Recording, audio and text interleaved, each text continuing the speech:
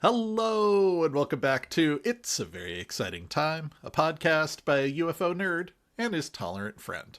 My name is Scott, and I've been fascinated by the phenomena my whole life. And I'm Chuck. I'm an aerospace nerd and a tolerant friend. We started this podcast because since 2017, there have been shocking revelations, from news of secret Pentagon programs to confirmed videos of astonishing craft. In a nutshell, now that we know the government has recovered, when I was, we're going to talk about this in a minute. When I was showing Annie ideas for shirts, she was like, one of your phrases is in a nutshell. I'm like, what are you talking about? I don't say that often. Apparently I say it literally every episode in the intro. I just don't think about it. All right, Annie, you were right. In a nutshell, now that we know the government has recovered non-human technology. Or at least we will, once Scott finishes watching this 4-hour interview. It raises a natural question. If UFOs are real, what else? Suddenly, some of these other parts of the phenomenon that seemed unlikely are pulled into the realm of the possible. And they may still be unlikely. But even if it's new science and not aliens, woo, it's a very exciting time. And just a quick reminder before we get into it. If you want to support what we do here, best way is by joining our Patreon at patreon.com/veryexcitingtime. All right, Scott, what's going on? Well, first of all, for any of our audio listeners who may not be seeing us, I just want to take a moment and compliment Chuck on his fetching new attire. Well, thank you. Yours is nice too. Yeah. For those of you who can't see us, we are wearing brand new black t-shirts with white text on them of the show's logo saying it's a very exciting time. We are this close to launching our merch shop. For those of you who are interested, it's going to be on Cotton Bureau, which is a t-shirt on-demand shirt printing site that I quite like. We're going to launch with a few designs. We're going to have the standard logo. I'm planning on making a UFO nerd shirt and a tolerant friend shirt. We are also, and I'm kicking myself for not writing it down, but you know the Beatles style, like John and Paul and George and Ringo? Yeah. We're going to do one of those with the 5 observables, all boiled down to one word, which was an idea someone on the Patreon had, and thank you very much. We also have a secret design that I'm not ready to announce yet, but anybody who enjoys our recurring joke about ducks will get a kick out of it when it's ready. All right, cool. Okay, so on to the real business of the show. We came very close to not having a show this week. Very true. The big UFO news in the community is Harald Malmgren, who is this kind of like legendary political advisor. He was one of the whiz kids working under JFK. He served as an advisor for the successive 3 or 4 presidential administrations. He's served as an advisor for international corporations. He's just like, if you look at his career, he's like a real world Forrest Gump without the like severe learning disability. Like he's just, he was everywhere. Okay. And recently, meaning in the last couple of years, he has taken to posting a few bits of UFO lore on Twitter, which was very surprising to anybody who, until that moment, thought of him as a relatively like staid political advisor type person. And suddenly he's like, oh, by the way, I was briefed by UFOs by former CIA Deputy Director Bissell. And we're just like, oh, hold up. What? What? Tell me more. Yeah. Now, we've actually talked about him a couple of times on the show because of his tweets. But that was all they were. They were tweets. They were interesting tidbits that kind of like served to confirm pre-existing narratives we already held that this has been something that has been undergoing ongoing research since the 60s and 40s and stuff. But was it actually a hype train? Well, that's the thing. Nothing really came of it until very recently, when Jesse Michels of American Alchemy, a YouTube channel that has scored a number of like pretty high profile interviews in the last year or two, suddenly dropped a 4-hour interview with Harald Malmgren, which turned out, as a surprise to Jesse Michels, to be Malmgren's deathbed confession. He died like days after the interview was recorded. So, big deal, right? He's like literally like, I was in the ambulance with him as they were rushing him to the hospital, and even through the oxygen mask, he was still trying to tell me more. And he had a few phone calls with him from his hospital bed, and then the guy passed away. So in this interview, he makes a number of claims. The one that has been most breathlessly reported is that he physically held UAP material, like debris from wreckage. Okay. That was a big step up from what he previously said, which is, I was briefed on this stuff. So everybody's really excited about this interview. Everybody's talking about it. It's 4 hours long, and like somebody in the Discord joked, like, looks like Scott's got his work cut out for him this week. I was like, God damn it. Yeah, seriously. So how does that affect the show? Okay, so here's the thing. I had a 3-day weekend, so we record on Sunday. Normally I do show prep on Saturday. On Friday, I thought, I'm going to get ahead of this. I'm going to sit down and watch this interview. So I start watching it, and I am reminded immediately of why I unsubscribed from Jesse Michels' YouTube channel. And if this somehow gets back to Jesse, buddy, I'm sorry. I love you to death, but he has an editing style I can best describe as ADHD. Like, he ping-pongs from topic to topic. He often interrupts his interview subject to provide background for the listener, in theory, but often the background he's providing is just an overwhelming deluge of names and dates and places. So I had intended to write down a quote, and I'm glad I didn't now, because it would just bore all of you the way it bored me. But like, at one point, Malmgren says, I met with this guy, and Jesse Michels jumps in and he goes, right, so that guy, and he does a 5-minute info dump on all the like tangential, like Kevin Bacon-esque connections between that guy and UFO lore. And none of it is wrong, but it's a lot. It's a lot. And it's so overwhelming. And then he goes, but I digress, and cuts back to Harald Malmgren, who was unaware this had happened and just continues telling a story about a guy that he met. And like, oh my God. The other frustrating thing is Jesse gets really good interview subjects, and, more power to him, but it also means he is reluctant to edit. And one of the things Ross Coulthart gets in a lot of trouble for, but it is very good at, is condensing an hours-long interview into a nicely edited, coherent package. And if you'll pardon me patting myself on the back, I think it's a skill that I have as well. I think one of the reasons that this show works, and one of the reasons I like doing it, is I think of myself as a storyteller first and foremost, and a lot of what I'm doing when I'm doing research for the show is like reading a ton of things and pulling a ton of quotes together into a Google Doc, and then like copying and pasting them until it gets to like, okay, I can tell a story with these quotes. I can lead Chuck through a narrative of, hey, this happened, and then this happened, and then this happened. And if I've done it right, it doesn't feel like an info dump. It feels like a story. It feels like two friends talking. Jesse, bless his heart, is an info dump style guy. And I find his videos to be exhausting. I have watched them repeatedly. I watched all of his videos on David Grush when they came out. When Jake Barber recently came out, Jesse had an interview with him. I watched all of that. There was a lot of good info in them. I'm glad I watched it, but they were a slog to get through for sure.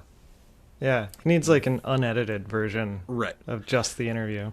And that's Jesse when he's at his best, when he's dealing with a compelling, fascinating subject like Jake Barber or David Grush, both of whom came public after what I assume was quite a bit of media coaching and prep work. They had a narrative to sell. They're here to tell you about X, Y, and Z. They've both already met with Congress. They've both already met with Ross Coulthart. They've already kind of like whittled their story down to the publicly palatable version. So Jesse Michels is able to kind of like keep them rolling, but they're on task. In this case, Jesse Michels is interviewing a very old man who is telling very old stories. And I don't know how much time you've spent hanging out with like World War II era generation guys, but they have a particular way of telling stories from that era.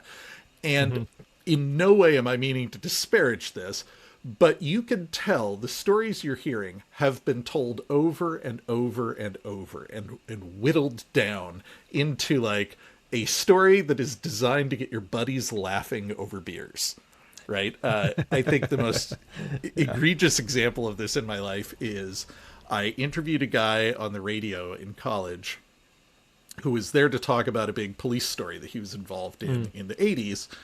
And when he was done talking about that, we were wrapping up and we had a few minutes left. I said, hey, is there anything else you want to talk to the audience about?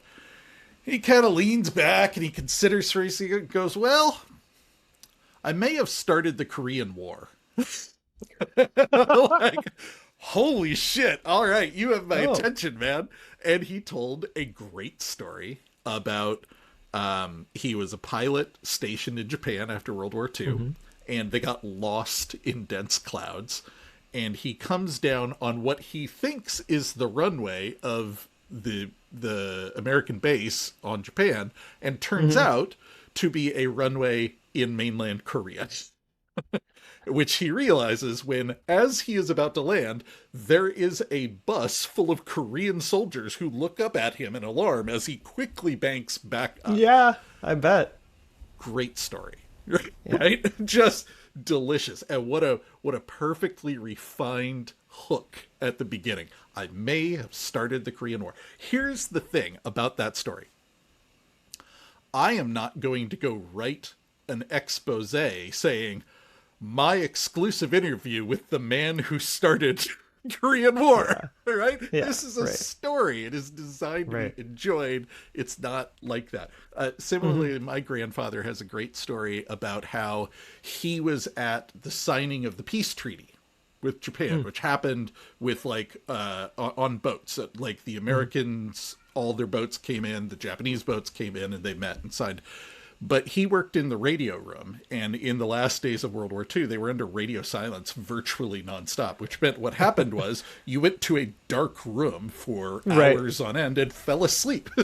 And his story about being at this historic signing of a treaty is he slept through it in the radio room.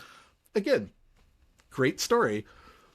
But you take these kind of stories with a grain of salt, right? They have been told over and over and over again. And Harald Malmgren, bless his heart, has lived a long and fascinating life. And he has bucket loads of these stories. And Jesse Michels, bless his heart, is a very credulous listener. And I watched the first 30 minutes of this and I was exhausted. And I went, oh my God, I can't do this. And I like fast forwarded to the very end where Jesse Michels asks Harald Malmgren, do you think that time travel has been a factor in your life? And Malmgren goes, well, I've put a lot of thought into this, and I think the answer is yes. If you're asking me if I had a purpose, the answer is, I'm like, what the fuck is this? And I turned it off. And I spent the rest of Friday playing video games. And I was very happy with that decision. And then Saturday, I sat down to look at my notes and go, okay, let's prep for an episode. And oh no, like, this is all anyone was talking about. Like, even though I got frustrated with it, this was clearly the story. And I need to figure out, how do I talk to our listeners and Chuck about this? And I have one person I really want to give a ton of credit to this week. I've never heard of him before, but he got linked on Reddit The guy's name is Jason Dziak of Signal Theory. He has a Substack, I think it is. And he wrote a really good post that was basically like, how do we make sense of the stuff that we got from Harald Malmgren? And he broke it down in a very helpful context that I will go over later in the episode. That kind of helped me go, okay, there is something here. As much as it is packaged in... hype is a bad word because it makes it sound intentional, like he's overhyping it. But this kind of breathless credulousness that Jesse Michels brings.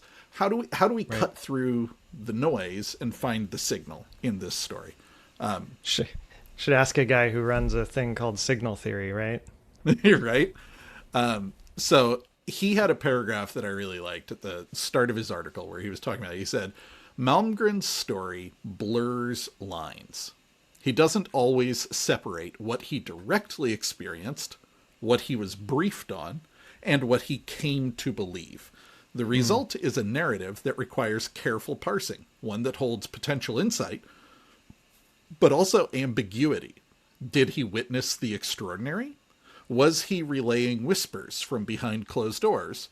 Or did belief fill in the blanks left by a lifetime of proximity to secrets? Yeah, and how could we even know? Yeah. He said, in that interview, Malmgren stated that he had directly handled debris from a UFO shot down during Operation Dominic's Bluegill Triple Prime nuclear test in 1962. He claimed he was briefed by CIA Deputy Director of Plans Richard Bissell, the founder of Area 51, on recovered craft and technologies not of human origin, and he claimed that concepts for directed energy weapons used in the Strategic Defense Initiative, or Star Wars, were seeded by knowledge obtained from a surviving being recovered at the Roswell crash of 1947. Like, wow. These are three big, big claims, and how do we make sense of them? Yeah, so are they real, or are they just memories, or or fishtails? And I want to be real clear. I am not coming to you as a Harald Malmgren debunker. I'm not here to be skeptical of what he says. I'm just saying, watch the interview. This is an old man telling stories. And if you've met old men, you know you take it with a grain of salt. There's some context for all of these. And I will give them one bit of credit, which is his oldest daughter, Pippa Malmgren, who has an equally impressive political career, is also in the room and literally explains at one point, I'm here to provide context for some of the things my father says.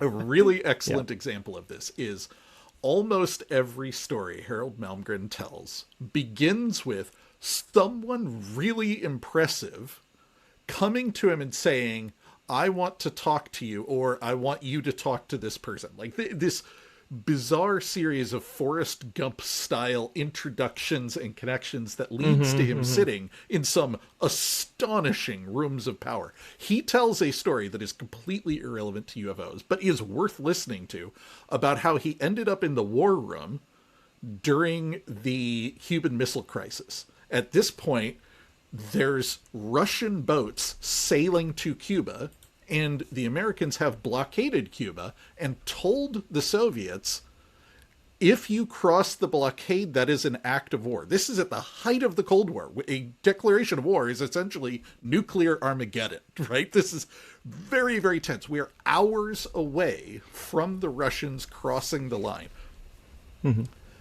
Malmgren at this point is a 27-year-old advisor to the Secretary of Defense, who sends him into the war room and says, go in there and be my representative. And Malmgren says, what am I supposed to tell these guys? They're not going to listen to me. And he says, your job is not to tell them anything. They won't listen to you.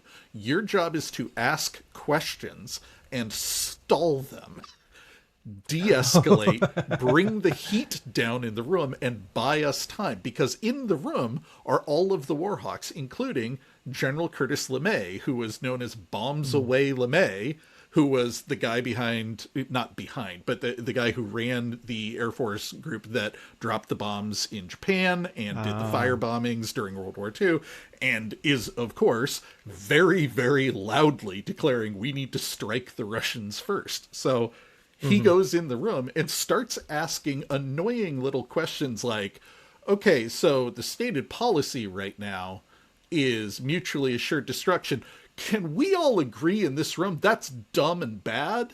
And everybody's kind of like, yeah. And he's like, okay, so what's one step below that? If we have no tactics other than nothing or everyone dies, what's in between? And Is there something less? Yeah, the Warhawks are getting upset. And he says, look, let me ask you a question. What's your first target? They go, Moscow, obviously. He goes, so what if we bomb them and now they want to talk to us? There's no one left to talk to us. You just bombed Moscow. And what if we decided we weren't going to bomb Moscow? And maybe we let that slip. Maybe they decide, okay, well, we're not going to bomb Washington. Like, he's just like trying to lower the temperature. He said at one point, Curtis LeMay gets so mad he storms out of the room. But it worked. He managed to buy enough time until the Russian boats got to the line and stopped. Now, he didn't cause that to happen, but he did stall the Warhawks from doing a preemptive strike. So, depending on how you interpret this, Harald Malmgren averted a nuclear catastrophe. This is a story. It's a great story. Sounds like it's a good worth story. Listening to. Is it 100% historically accurate? I don't know. And it kind of doesn't matter. It's a good story. Right. But then we get into the UFO stuff. I'm sorry, I got distracted from my own story. Okay, so Harald Malmgren, all of his stories are like, I met this person, or this person wanted to talk to me. And his daughter Pippa is in the room to offer context. So he tells this story about how he's 12 years old, working as an assistant to his father, who is doing renovation work at like, expensive houses and mansions in the area. And he's working at a house, and some dude walks up to him and is like, hey, can I talk to you? And he's like, this is a little weird, but sure.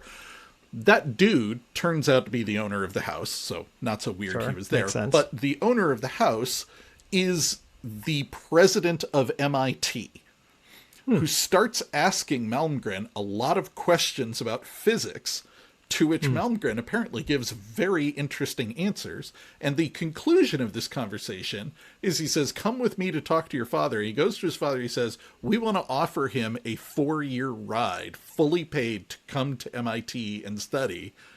And Malmgren's like, I'm 12. I'm not ready to leave home yet. All right. Fascinating story, right? Malmgren's apparently a whiz kid. This is kind of acknowledged throughout that he's a brilliant guy, but like scouted at age 12 for MIT. Weird coincidence. His whole life is full of stories like this. Weird coincidences, meeting people. He has multiple stories about Yale and Oxford and Cambridge all scouting him and each trying to one-up the other's offer. He ended up at Cambridge because they offered him a full tenured professor position without having to go through the normal like 7 years of working up to it. Like they were, he was like the top NBA draft pick of like nerdy kids. That's really fun. So he tells this story and you're like, wow, all right, that's weird. And Pippa leads in and she goes, okay, so a little context here. The reason my father was on the radar of the head of MIT is at this age, he was writing to the Atomic Energy Commission for information on nuclear, nuclear operations. And they realized they were dealing with someone smart and they sent him stuff. And she pulls out from her files the correspondence that he has as like a teenager with the Atomic Energy Commission, where they're sending him papers like engineering atomic bombs and the genetic effects of radiation on Hiroshima and like sending him like legit information. Sure. She's like, so he was on the radar already as someone who knew stuff. Now, does that explain how he ended up working as a painter's assistant at the house of the guy who runs MIT? Or was it a coincidence? I don't know. But his whole life is stories like that. He has a bunch of stories about later on in, I think, the Johnson administration, going to Russia where he is surprised to learn that all the Russians know who he is. He's like someone, but he's not like a everyone knows who I am guy. And they explain they all know his uncle, who is like a world-class chess player. And interesting. in the like espionage community, chess was like the game. And the Russians have a very like bloodline focused view. So they all respect his uncle. This is the kid of the uncle. So they all want to meet him and talk to him. This is how Malmgren tells the story. But Malmgren also reveals a couple other details, such as the 2 different times he tells a story about a Russian making a point of being like, Harald Malmgren, we know your uncle, come over here. Henry Kissinger also happens to be in the room and is notably snubbed as a result of this. Like, maybe they did know who Malmgren was. Maybe it was part of a political... So all of this is to say, look, I am not telling you anything Harald Malmgren says is not true. I am telling you there is context around these stories that is left out in an 80-year-old narrative that he is sharing the way he has told these stories for years. They're good stories. They're excellent stories. There may be details that help explain some of them. Yeah. When you mentioned Pippa being there for context, I imagined him finishing a story and then the camera panning over to Pippa, who's like face palming. It wasn't quite that bad, but a couple of times. Yeah. And of course, part of the problem is Jesse Michels is there breathlessly lapping up everything. He says, holy shit, you were scouted at age 12. This is incredible. Right. Maybe, you know? Yeah. So let's kind of fast forward. So, okay. He's, this 27-year-old whiz kid. And by the way, whiz kid is apparently the term that was used for when JFK came in. He wanted to kind of like clean house and shake things up.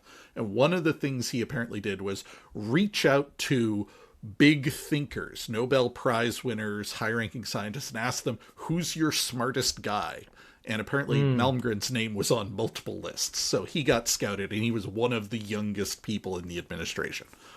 And then he's kind of thrown into the Bay of Pigs and dealing with high stress political situations, and holds his weight. He successfully de-escalated. So he keeps getting more and more work because they like him. Yeah.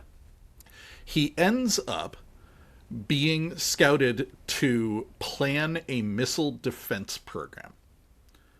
And he's like, what the fuck do I know about planning a missile defense program? They're like, no. Like, your job is to talk to the geeks and translate it into, like, an actionable... Like, what would it cost? How do we set it up? Is it even feasible? That's the questions we're looking for you to tell the president. So, at the time, they're running a lengthy series of high-altitude nuclear tests called Operation Dominique.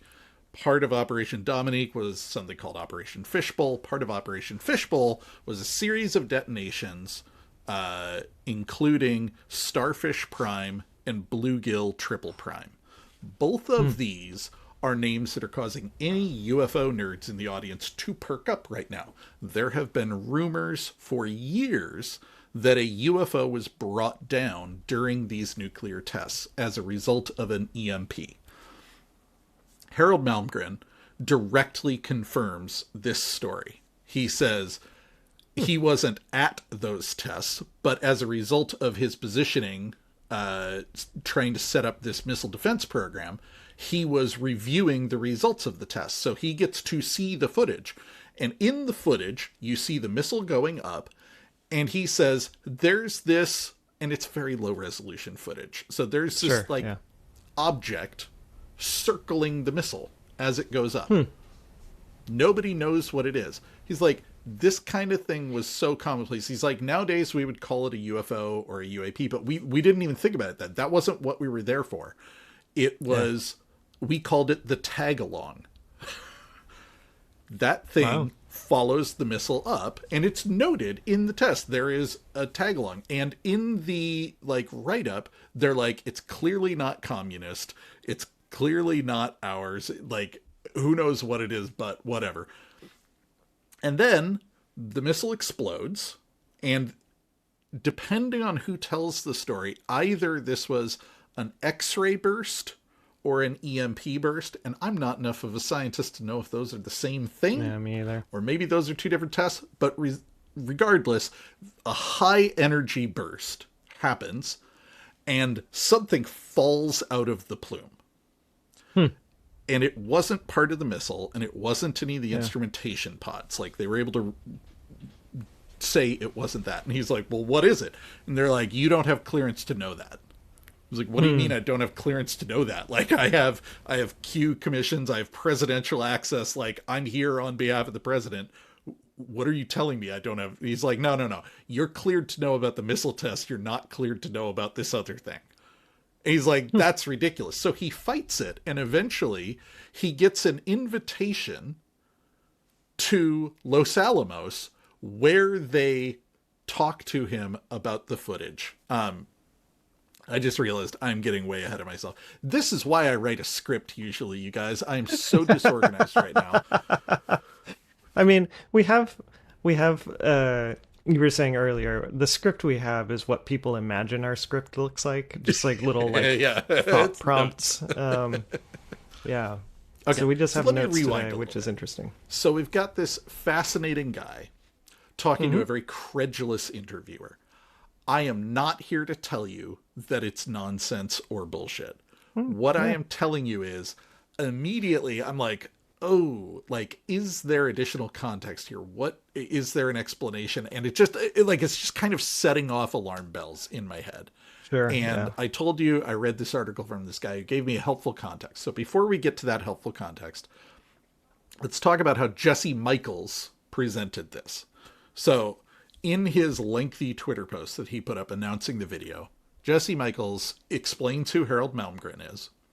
And he says, it should make everyone question their reality when this man, at the end of his life and before tragically passing, felt compelled to pass on what he learned to humanity, earth-shattering revelations. He claimed these things in a 4-hour interview. 1, he held UFO material directly. This material came out of the plume of a nuclear test called Bluegill Triple Prime, conducted at Johnson Atoll in the Marshall Islands in 1962. Jesus Christ, Jesse, that's too much information. You can say it came out of the plume of a nuclear test called Bluegill Triple Prime. Or even in 1962. Okay. It was handed to him by Lawrence Preston Geese, director of the Albuquerque branch of the Atomic Energy Commission, who happens to be Jeff Bezos' grandfather. This is a weird bit of historical synchronicity we have noted before, but doesn't actually mean anything. I'm sorry, Jeff Bezos is not part of the, like, Illuminati. Like, he's just a rich guy. That you know. Well, yeah, okay. Number 2. The deputy director of plans for the CIA and the man who built and designed Area 51, Richard Bissell, briefed Malmgren on otherworldly technologies. This includes past crash retrievals like the Magenta crash in Lombardy, Italy in 1933. That's interesting. David Grush mentioned that. Okay. Yeah. Along with broader awareness of UFO appearances around tip-of-the-spear technology development at sensitive Department of Energy sites across the country. The Lombardy, Italy one, that was the crash that the Pope was holding on to. Is that right? Yeah. This is the one David Grush talked about. So he dropped this kind of matter-of-factly. He's like, well, Roswell wasn't the first one. The first crash was in Europe in 1933. There was a UFO recovered in Magenta, Italy. And everyone's like, what? And then it turns out to be kind of a famous case. It was researched by these two Italian researchers. And in a nutshell, the claim is that a UFO crashed in Italy in 1933. What's up? You just raised your hand. You said in a nutshell again. God damn it. All right. A UFO crashed. The Italians assumed it was German or American. It was not theirs. It was anomalous, but they didn't think alien. They assumed high-tech, adversaries. They put it in like a bunker and study it. after the war, fascist Italy is in charge of this. The Pope, and notably the Vatican, is aware of this. They start getting a little nervous about it, and they reach out to the Americans, who, at the end of the fascist regime, swoop in and recover it, which is a fancy way of saying stole it. Steal. Mm-hmm. So, yeah, David Grush has claimed that one of the crashed and recovered UFOs that the Americans hold is this one from 1933 Italy. Harald Malmgren is now saying the deputy director of the CIA confirmed that to him. So that's two sources who are like saying this is a real thing. Still don't know, but it's interesting. Yeah.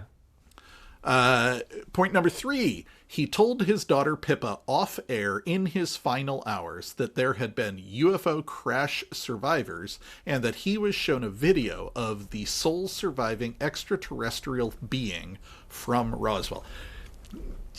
It is sure frustrating that a lot of the most explosive claims happened off camera. Yeah, suspicious, right? I'm not prepared to say suspicious. It's a deathbed confession. Of course there weren't cameras there, but it's sure frustrating that he's like, hey, I interviewed Harald Malmgren and he said all these things. Also off camera, he told me. I don't doubt you, but it sure would be great if we had any footage, because there are a couple of points where he plays Malmgren's audio and video directly, and then Jesse Michels kind of reiterates, and Michels takes it a degree further, right? Malmgren talks about the fact that a UFO came down due to an EMP burst. Jesse Michels goes, UFOs are nuclear powered. We know this because, and I'm like, hold on, that doesn't follow, buddy. He didn't say that. And I have seen a couple of people say that Harald Malmgren said UFOs were nuclear powered. He did not. Or if he did, it was off camera, but it certainly wasn't in the interview. Jesse Michels said that, inferring from what Harald Malmgren said. This is the kind of thing I'm talking about. Right. And Pippa didn't confirm, he didn't pull Pippa in to get confirmation that Malmgren said any of those things, right? I don't know. I'm assuming, because he says he told Pippa off the air in the final hours. I'm assuming Pippa told Jesse Michels this, but we don't have audio from Pippa either. We just have Jesse Michels saying it. Yeah. Now, those first few claims are fairly well backed. Now we start getting into the stuff that I think is a bit of a stretch. Malmgren says point blank that he believes JFK knew about UFOs long before becoming president from his history in naval intelligence. He and LBJ raced out to Los Alamos right after Bluegill Triple Prime to be briefed in person. He says that JFK's desire to collaborate with the Soviets on UFOs, space exploration, and denuclearization were core parts of the impetus to assassinate him. Whoa. Okay. That's okay. I guess I see now a little bit why people are so excited to get the JFK files opened up and declassified. Sure, right? But here's the problem. Everything he just said is accurate. Malmgren did say point blank he believes JFK knew about UFOs. Because Jesse says, do you believe JFK knew about UFOs? And Malmgren goes, yes. Yeah. That's it. There wasn't I know for a fact, or I spoke to JFK, or I have evidence. Do you believe? Yes. Okay, that's not the same thing as no. The thing about JFK rushing out to Los Alamos, we'll get to that in a minute, but in a God damn it. Malmgren, who's working on missile defense, sees this video, demands more information, and is eventually invited out to Los Alamos to be briefed on it.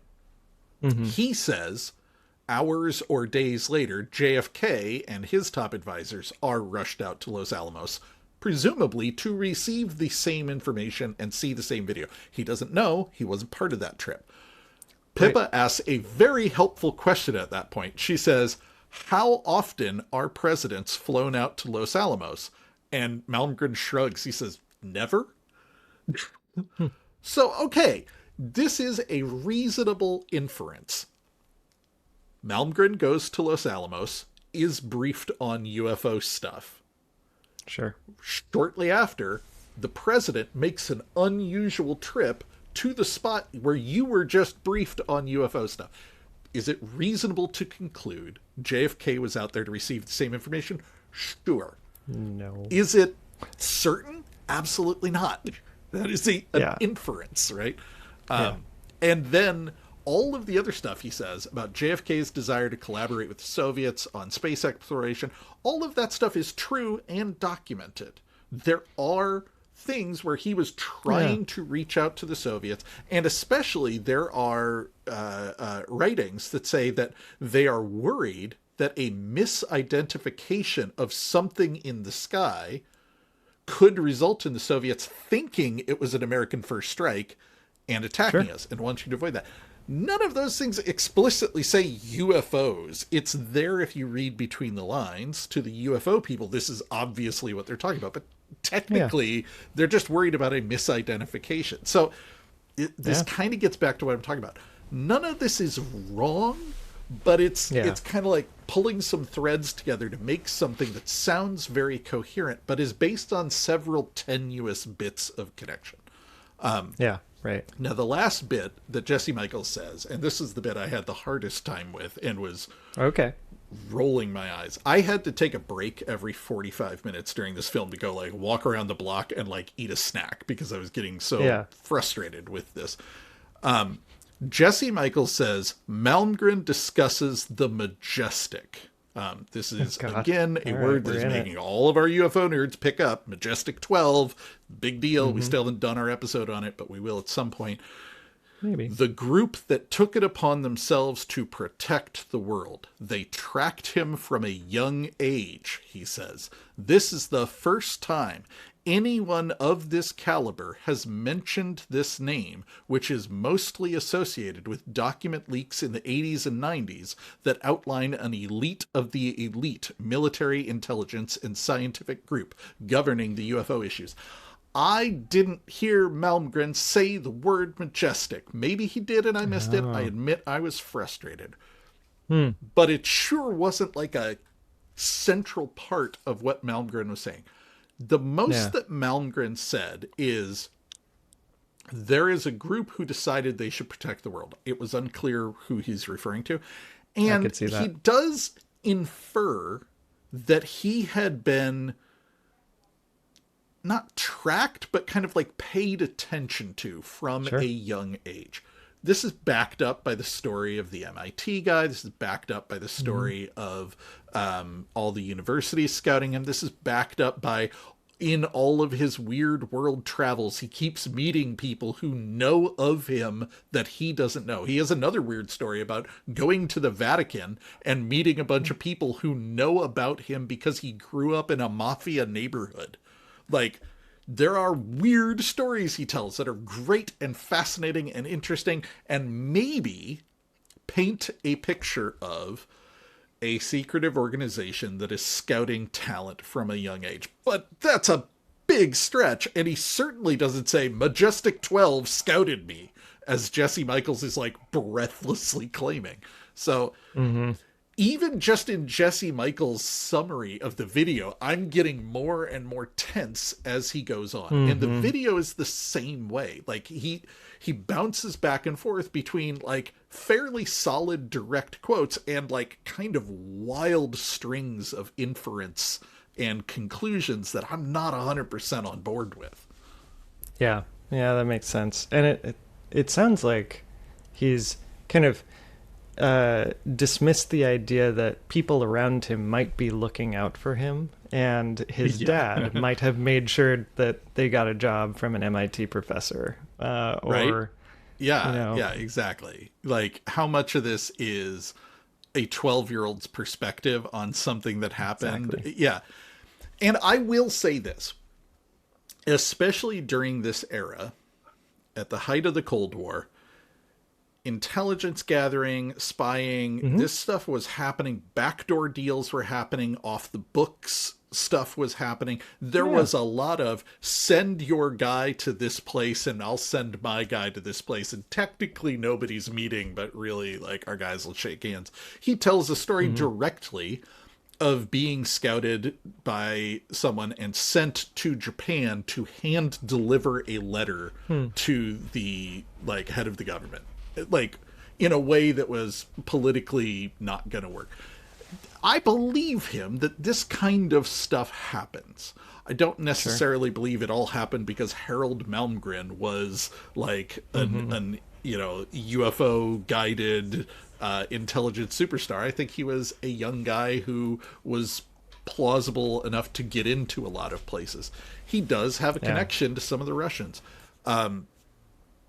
Jesse Michels makes a big deal of the fact that he was introduced to Putin before Putin took power. And Malmgren did on camera say, I could get Putin on the phone right now. And Malmgren did recently, when the invasion of Crimea happened, write an essay about Putin's motivations, talking about his state of mind and why Putin would do this, that was shopped around in government. And it does appear to be true that Putin maybe liked the essay and maybe reached out to Malmgren to start a back channel for negotiations that maybe Obama shut down. But this is all like third-hand stuff. I don't know the truth of any of this. And all of his stories are like this. It's all like spy shit. It's all like, I was there and I met a guy and this guy made me sure that I met this other person. Yeah. You go to these dinners and the seating chart is very clearly assigned. Why was I sat next to this person? It wasn't an accident. You know, like, I don't doubt it. But when you've got Jesse Michels sitting next to him like, oh my God, this is incredible. You're at the center of everything. You're the UFO wonder kid. Okay. So let's get back to Jason Dziak, who presented what I think was a really healthy way to kind of break it down. He looked at all the claims that came about in the documentary, and he broke it down to first-hand claims. These are things that Malmgren personally did, witnessed, touched, saw, experienced. Second-hand claims, these are things that Malmgren was told by someone, maybe someone he trusts, maybe someone reliable, but nevertheless, things Malmgren did not personally experience. And then just pure speculation. So first of all, let's talk about the first-hand claims, because this is the stuff that is genuinely interesting, and I think UFO fans have a reason to be interested in and excited. First of all, Malmgren says that he saw uncensored footage of the Bluegill Triple Prime tag-along. If you go look up the Bluegill Triple Prime footage, what you'll see is a nuclear explosion with a big white triangle blocking out the lower portion of the screen. Okay. That triangle is apparently the censored bit of the film that is keeping you from seeing the object tumbling out of the plume that they recovered. He claims to have seen the uncensored version of this, which they later censored.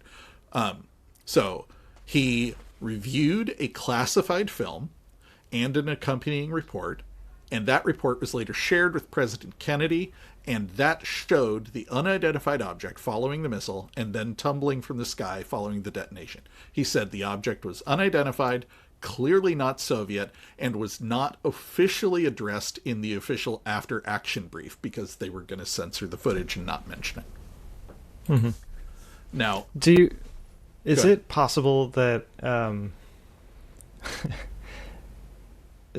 when you look at it, does it look like it was something added on, or does it look like the kind of thing that we do with telescopes, where you have to like block out the super bright bit so that you can see the actual little thing? Because the explosion is not censored.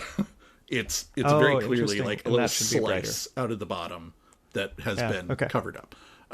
Okay, interesting. I don't dispute that the official footage has been, whatever word you want to use, modified. I don't know why. I find, because I am myself a UFO believer, I find it plausible that they were scrubbing Sure. out something that raised questions they didn't want to answer and were irrelevant to the point of the test that people are expecting a report on.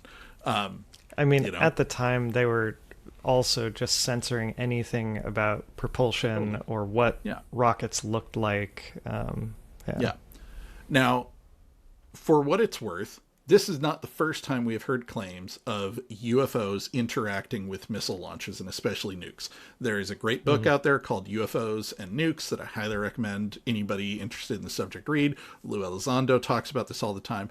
But notably, there is a particular witness who came out in the Stephen Greer press release back in 2001, or I think it was 2001, named Robert Jacobs, who was in the Air Force, and he recorded a disc-shaped craft flying circles around a 1964 Atlas rocket test launch. And it was flying around this rocket and firing beams of light into it, and then it flew away. Very crazy. So that is a story that has been out there for years, and now Malmgren is echoing it. That, again, we were doing nuclear tests, and UFOs would show up to pay attention to them.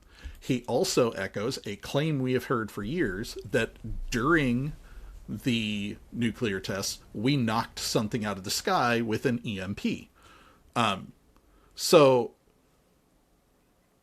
the first-hand claim here is Malmgren saw the footage from that test with the tag-along and an object falling out of the plume. That part is first-hand. Okay. The next first-hand claim he has echoes what we've heard a lot of times.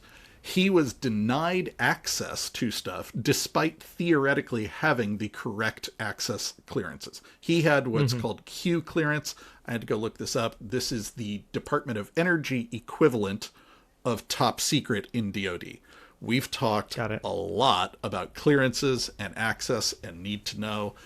This apparently is another instance of someone who, theoretically, acting on presidential authority, directly working in missile defense, has all of the clearances that the DOE gives out and is denied access based on some need to know that they won't explain.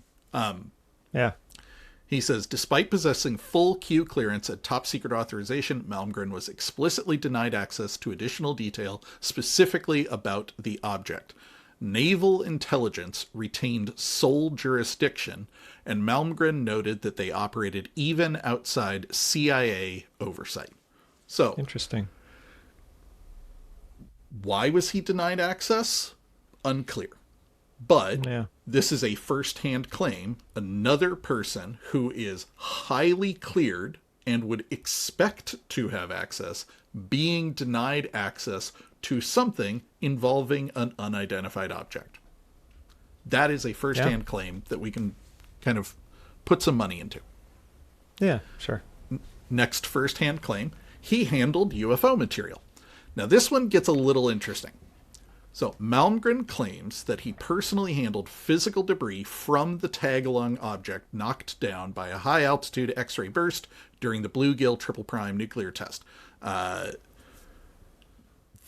story that I haven't told here is he went to review the film, saw the tag-along being knocked out of the sky, asked about it, was told he's not allowed to ask about it, fought that, and eventually received an invite to Los Alamos, where he met with, what's the guy's name? Lawrence Geese, who is the head of research at the time, who told him some things, including that this was not the first time they have seen unidentified objects interacting with their missile tests, and shows him what he claims is UFO debris.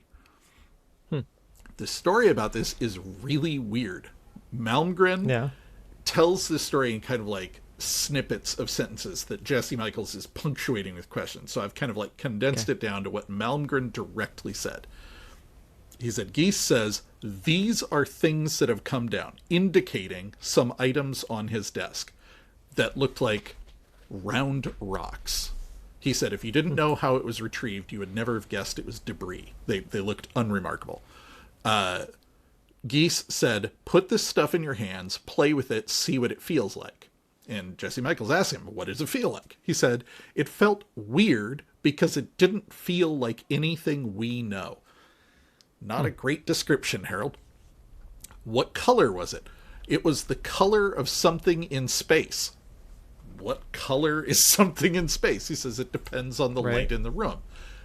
Was it heavy? Yeah, it was heavy. When you set it down, there was a thunk. This is about all we get. So there's nothing that makes this overtly UFO other than he is told it is debris.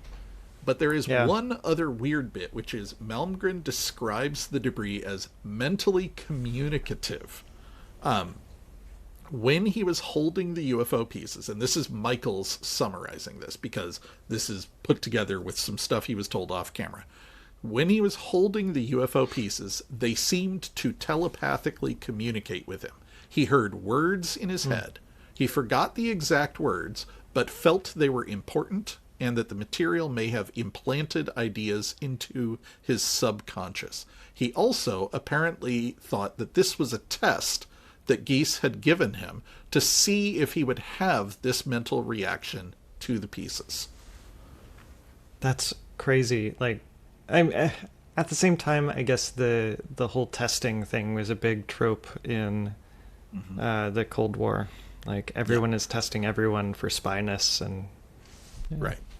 So getting back to our idea of first-hand knowledge, what do we have first-hand knowledge here?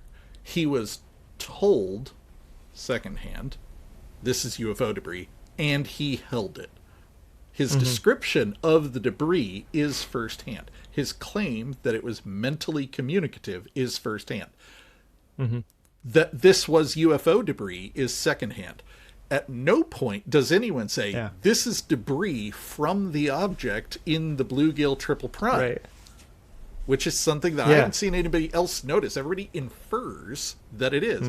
But this is weeks later, and he clearly is told this was not the first object we have seen or recovered. In fact, he confirms later that we recovered the object from 1933 Magenta. They're also, Jesse Michels asks, were they radioactive?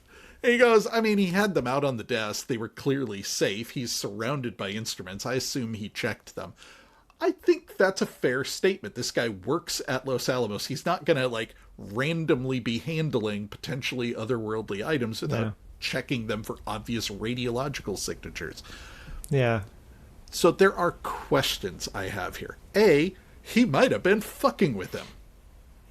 Yeah. But let's assume he's not fucking with him. We still have no real information to go on here. Nothing about the debris looks extraordinary.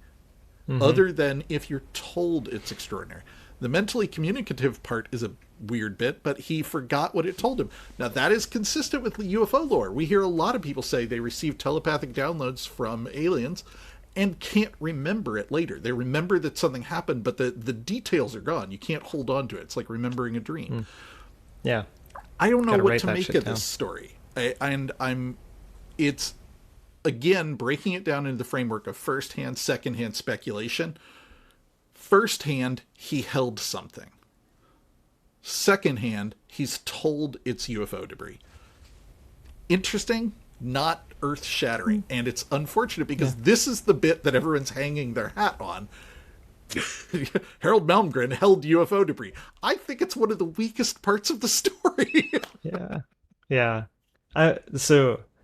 I'm rewatching Resident Alien right now on Netflix, and there's the alien. This is like some bullshit. Exactly. Yeah, and there's the alien spears, and it just sounds like that. Like I don't know, it's just a metal ball. Right. So the last first-hand claim that Malmgren makes regarding UFOs is that after the whole thing with Los Alamos and the missile tests and everything, he was briefed by Richard Bissell, who was the CIA's deputy director of plans and later the deputy director of the CIA. He was also the key architect of the U-2 program and Area 51. This guy calls Malmgren up and says, hey, we should talk. Fridays after work sounds good to me. And he starts meeting with him. And the way Malmgren tells this guy is leaving the CIA. He is retiring. Malmgren is a young kid who is clearly an advisor to presidents and is clearly on a political trajectory. He's going to stay involved at this level of power for years. Bissell pulls him aside and says, there's some things you should know if you're going to continue advising presidents because they may come up. And among the things he told him were detailed background on UAP phenomenon, recovery programs, and the secrecy architecture involved. And this was the thing he tweeted about earlier, where he says, I was briefed on UFOs and I swore secrecy. And that turned out to be a big thing because everyone's like, whoa, what do you mean you swore secrecy and you're telling us about it? And he was very clear, this was an informal swearing to secrecy. He swore secrecy to Bissell, not the CIA, not the US. Bissell told him this stuff in confidence so he would be in the know if he needs to talk to presidents about it. Right. He also makes it very clear Bissell told him a lot of other stuff about the CIA that he's just not mentioning because we're talking about UFOs. So, first-hand knowledge, he meets with the head of the CIA and the founder of Area 51 and is told stuff. The stuff he's told is secondhand, but he does firsthand meet with this guy. Sure. That's interesting. And it kind of adds up to Malmgren's whole thing of being weirdly connected. Everyone knows him. Everybody wants to know him. And people keep telling him stuff. There's a whole thread I'm not even unraveling right now that Jesse Michels is really interested in, which is Malmgren casually mentions that he received foreign intelligence that Nikola Tesla worked with T. Townsend Brown on anti-gravity. T. Townsend Brown and anti-gravity is like Jesse Michels' favorite thing. He did a big documentary on it back in the day. Tesla, of course, is like all the conspiracy theories are about Tesla. The government famously seized his files, so nobody actually knows what Tesla knows because the government seized them. Why did they seize them? It's so easy to make a conspiracy out of this. But Malmgren says nothing about it other than, I received foreign intelligence, they worked together. Okay. Like, cool. So Malmgren is connected. Everybody talks to him. He hears a lot of interesting things. Is he a useful idiot? Is he being played? Is he being fed misinformation in the hopes that he'll muddy the waters? Like, nobody even considers these possibilities. They just take everything he says at face. And again, I'm not trying to disparage the guy. But my view on this was very clearly, this is an old man telling stories that he's been telling his whole life to his drinking buddies, and he just kind of can't help but slip into storytelling mode. And storytelling mode isn't good for nuance. Right, yeah. He's not like our good boy, Grush. Right. So secondhand claims, right? He goes to Los Alamos. He is briefed on the information in the film that he cat just jumped off the desk. He's briefed on the film, and he is told secondhand the tag-along object was recovered by the Navy and brought to Los Alamos. He is shown samples and inferred that these are UFO samples. And he's told the Navy's secrecy was described as more rigid and isolated than the CIA's, which is a big claim in the 60s. The CIA was at the top of their game at the time. They were everywhere. The recovered debris was used as a diagnostic tool, maybe even a test of psychic or cognitive resistance. So this is all interesting stuff. He goes to meet the head of Los Alamos. He is told some things, and it's also worth noting, he was not told everything. He was told a few answers to a few questions because he had reason to ask, like, hey, I'm developing a missile defense system. These things are around our missiles. What do we know about them? Like, how do we react to them? Do we need to plan for these things? He has legit questions. So they give him a few bits of information, but they're very clear. You are still being denied access to more information. The Navy knows more. they've recovered this thing and they're investigating it, and they're not going to tell you about it. That's secondhand information.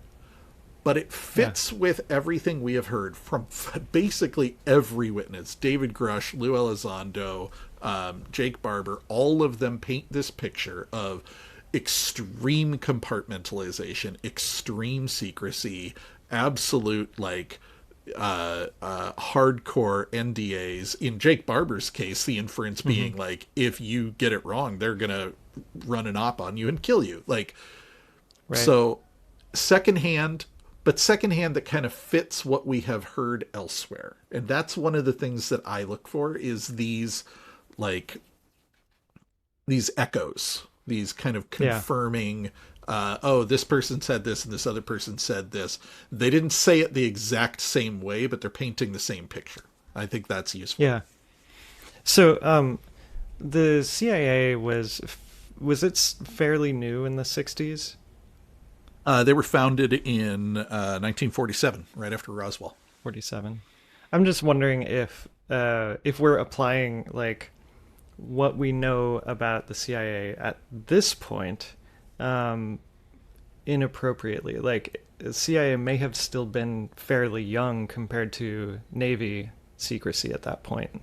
So they do make that point, that the Navy intelligence was the first intelligence agency, and it was kind of top of its game. But the CIA wasn't new by any means. First of all, by the 60s, they'd been around for over 20 years. But also, the CIA didn't spring into existence out of nowhere on 1947. They grew out of the OSS, which was the World War II operation. And they talk about this a little bit, actually. They give this interesting factoid that the first director of the CIA kept his office in Switzerland explicitly so that he could do shit that was illegal in America.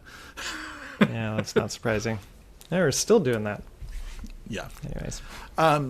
So next secondhand claim. The 1933 Magenta UFO crash. So when he meets with Bissell, the deputy director of the CIA, Bissell confirms that the Vatican and Mussolini's fascist regime had recovered a craft in 1933, which was later transferred to U.S. custody with the help of Alan Dulles of the CIA. This corroborates recent claims by David Grush and aligns with the Vatican archives and reports of involvement of the Pope and stuff. So yeah, he doesn't give a lot of details, but it echoes what we're hearing from David Grush and from independent research into the Magenta crash. Okay, well, that's cool. Yeah. And now we start getting into the little more sketchy stuff. Secondhand information, Roswell survivor, and directed energy weapons. According to Bissell, one of the beings recovered at the Roswell crash had communicated knowledge to U.S. officials, including concepts that later informed the design of X-ray-based interception systems and the Star Wars program.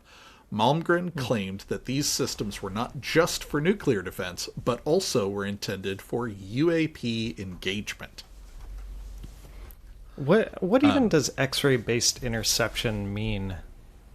So I didn't know about this, and again, I'm an art school guy, not a military person, but they talk about that a little bit. Basically, the idea is you send a high-powered X-ray beam at a missile, and it's literally like blowing chunks off of the back side of it, which doesn't sound like it would do much, but when the object is hypersonic velocity, it can be enough to knock it out of commission or cause it to explode. Okay. All right. Actually, there's declassified things about using lasers to heat, and that can have similar effects. So, sure. So I think this is the same thing, but with X-rays. Secondhand knowledge, right? He is told this. He claims off camera to Pippa that he saw video of the Roswell alien. That's interesting. That would be firsthand, but we don't have access to Malmgren saying that. We're hearing it third person now from Jesse via Pippa. We have heard repeatedly that there were survivors from Roswell and that they have given intelligence, maybe too strong a word, that they have worked with American government to inform our crash retrieval program. But we have also heard every version of this story under the sun, from we have recovered aliens but only dead ones, to we have multiple surviving aliens, to aliens are actively collaborating with our government, to there is a single sickly alien in a sad prison cell who someone helped break out because he felt bad for it. So does this echo other claims? Yes, absolutely. I don't know how much stock to put in it, though. There's any version of aliens interacting with humans you can imagine has been voiced by someone in the UFO community at some point. This is one version of that story. I'm not prepared to put a lot of stock in it. Also, I think I've grown up hearing people breathlessly talking about how Star Wars was obviously alien stuff.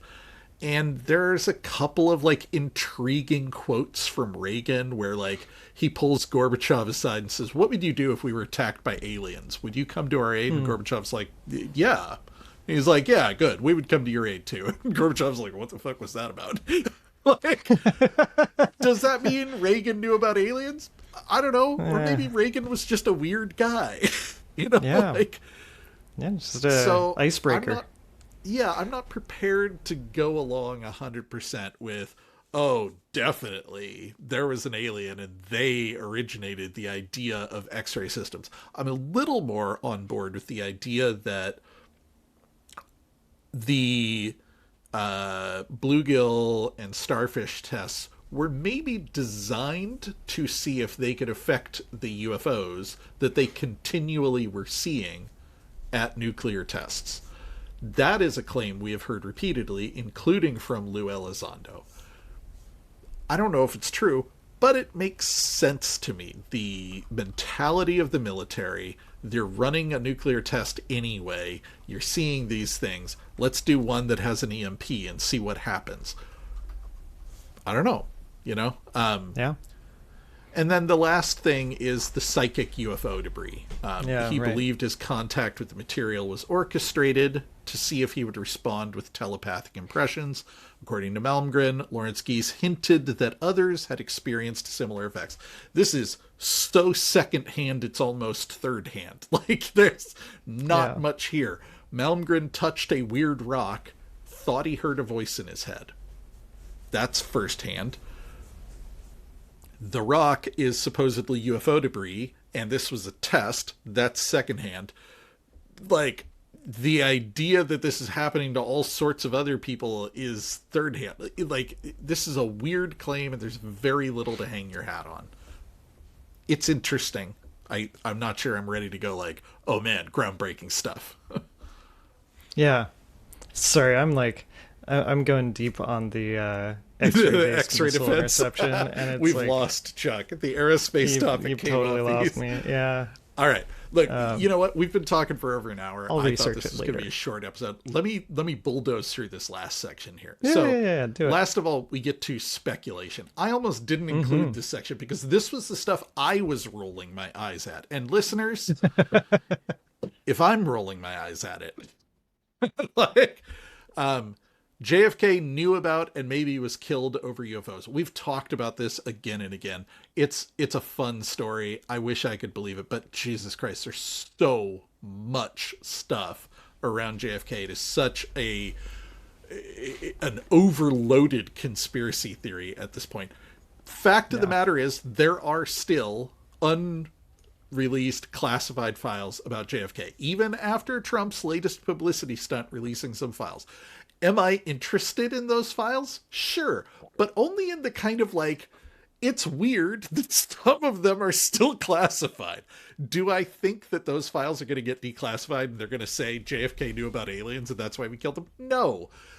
If for no other reason, then what Malmgren's story does a great job of giving us some insight into is the way business was done in the 60s, which was back office, nothing written down, word of mouth. Like, you know, maybe JFK was killed because of UFOs. I don't believe for a second there's a memo saying that. There you go. Yeah.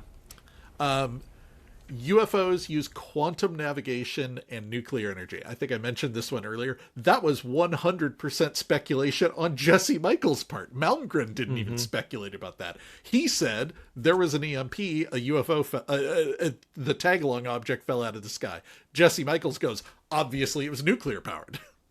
Obviously. Maybe. Yeah, it's the only conclusion you could come to. Star Wars programs were also UFO containment systems. That's a big reach. I already said. Non-human intelligence is monitoring and influencing tip of the spear technology developments. Maybe this gets back to the idea of, if you think we have a surviving alien from Roswell, is it likely that we got any sort of intel from them? Sure. But that's a big thing. That's a big if. Like, if I believe that we have recovered non-human technology, I believe we would try to reverse engineer it. If we have recovered non-human intelligence, I believe we have tried to talk to it. I don't know how ready I am to believe that that alien told us how to build an EMP or a directed laser weapon. That feels like a big stretch. Majestic 12 or others monitoring and grooming young people. I don't know, I guess, like, if we're getting into Illuminati territory and, like, grooming young people, like, where do you stop at this point? I find it very plausible that a 12-year-old kid wrote a weirdly knowledgeable letter to the Atomic Energy Commission, and they were like, send the kid some declassified shit, see what happens. And someone kind of paid attention to him. He ends up, coincidentally or not, at the head of MIT's house, who has heard of this kid and asks him some questions. That part all feels sure, I guess, to me. Sure. The idea that this was a career-long grooming and training and directing into places, that is not a new idea. We do hear that in the UFO community, especially among people who claim to have psychic abilities. They definitely claim to have been scouted at young ages. Some of the guys associated with Jake Barber have been talking about the GATE programs, the talented and gifted programs, being kind of cover for scouting kids who have psychic abilities and kind of like subtly routing them towards military intelligence channels. Maybe. It's interesting. Sure, I was in that. Possibly. The one that made me roll my eyes the most, there is a half-hour section in the middle of this video about the Knights of Malta. What is that? Knights of Malta are like a Knights Templar style group that were like in the Crusades. Yeah, exactly. Oh no. This is Dan Brown shit all over. If you watch Oak Island, their favorite theory is they accept as a given that there is treasure buried on the island. So the question becomes, who would bury treasure on this island and why? And the Knights Templar is their favorite story. Like, is it real? Who knows? But they love talking about it. This is all the same thing. And there's a moment where Jesse Michels breathlessly recounts all of the people in the UFO lore who were a Knight of Malta. I don't know anything about the Knights of Malta. What I infer from the way people talk about it is it's kind of like the Freemasons at this point. It is effectively a club / secret society that people in a certain kind of like circle tend to join. So he's like, all these people are Knights of Malta. And if you go to the Wikipedia page for Knights of Malta, it says there are 13,000 active members of the Knights of Malta. Wow. At that point, statistically, pick anything in government. Hey, guess what? A significant number of these people are Knights of Malta. It's astonishing. Yeah. It's like saying, hey, this guy went to Yale and he was a member of Skull and Bones. Okay. Does that mean he's part of the Illuminati? No, it was a freaking drinking club that maybe had other stuff going on. Like, the whole problem with these kind of like secret societies / social groups is membership doesn't necessarily mean big conspiracy. It just means you were part of a group. So I was rolling my eyes so hard at Jesse, like, everyone's a Knight of Malta. Like, okay. Is that meaningful somehow? Correlation doesn't mean causation, Jesse. Yeah. We should try and join. I don't know. It might affect our ability to sign up for Skywatcher. It's a little checkbox on there that says I am not a Knight of Malta or the Illuminati. Right? Yeah. So look, I have been rambling at you for well over an hour at this point, and I think it is clear that I am a bit conflicted about this. Yeah. If you were on Reddit or Twitter this week, you saw everyone in the UFO circles, you saw everyone talking about Harald Malmgren touched a UFO.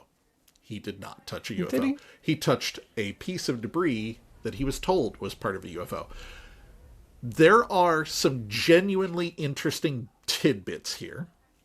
Malmgren says he saw footage of a UFO interacting with and brought down during a nuke test. That echoes a story we have heard earlier. That is very interesting. Malmgren was shown purported debris and told directly that naval intelligence recovered a crashed UFO. That's really interesting. That aligns with things we've heard. He was briefed by the former CIA deputy director, and he was told the 1933 Magenta crash and other recoveries have happened. That's really interesting and confirms things we've heard elsewhere. Off camera, he claimed to have seen footage of a Roswell survivor. That's fascinating, although, as I've mentioned before, Roswell, similar to JFK, is so overloaded at this point, it is impossible to talk about coherently. Yeah. So there's definitely a few tidbits here that are interesting. But at the end of the day, here's the reason why I almost called off this episode. What do we do with this? Nothing. Yeah. Lou Elizondo comes forward. He is revealing the existence of a secret Pentagon program and promising to work with Congress to show them where the bodies are buried. That's interesting. There's a next step. David Grush comes out and says, I spent my entire career being trained to gather intelligence and make sense out of reports that I'm hearing from people, and I have 40 credible witnesses who attest to the existence of a secret crash retrieval program, and I've testified to Congress. Like, that's interesting. And there's a next step. Jake Barber comes forward and says, hey, I work with psychics to recover UFOs, and I'm going to do it publicly. That's fascinating. And there's a next step. Harald Malmgren, an old man on his deathbed, comes out and says, I was once told something, has no next step. It is interesting. Full stop. I'm not mad at Jesse Michels. I'm not mad at Harald Malmgren. I am not trying to badmouth any of them.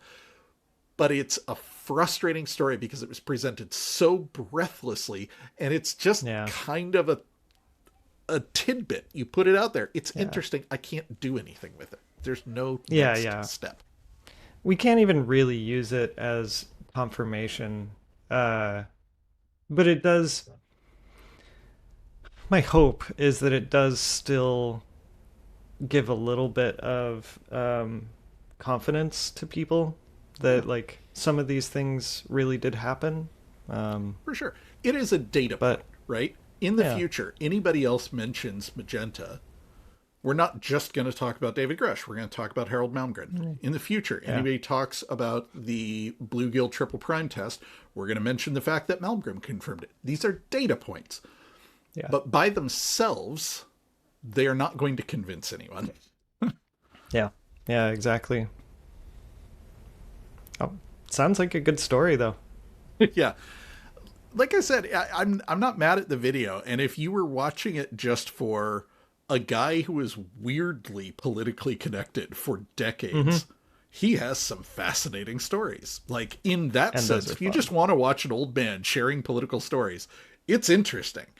If you're trying to extract the juicy tidbits of UFO lore, you're going to walk away real disappointed. I'm sorry to tell you. Yeah, there's a book called Ignition that was written by one of the very first chemical rocketry scientists and chemists. And it's full of the same sort of old man stories that are not super helpful, but it is entertaining as hell. Yeah. So it feels like very similar. Right. I had the same feeling reading Richard Feynman's autobiography. The best parts of that had nothing to do with Feynman's career as a nuclear physicist. Like, I loved reading about him, like, training himself to pick locks when he was working in the Manhattan Project, because they were required to keep everything in locked safes. And they were all absent-minded scientists who would constantly forget the combination. So he taught himself to pick the locks, which infuriated the security staff. That's a great story. Yeah. You know? Yeah. Perfect. Yeah.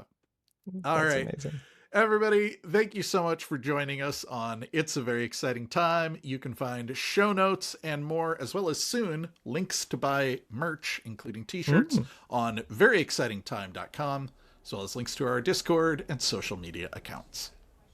And you can email us at Scott or Chuck at veryexcitingtime.com. And if you'd like to support the show, check out our Patreon at patreon.com/veryexcitingtime. And Chuck, as always, my wife thanks you for listening to me talk about UFOs, so she doesn't have to.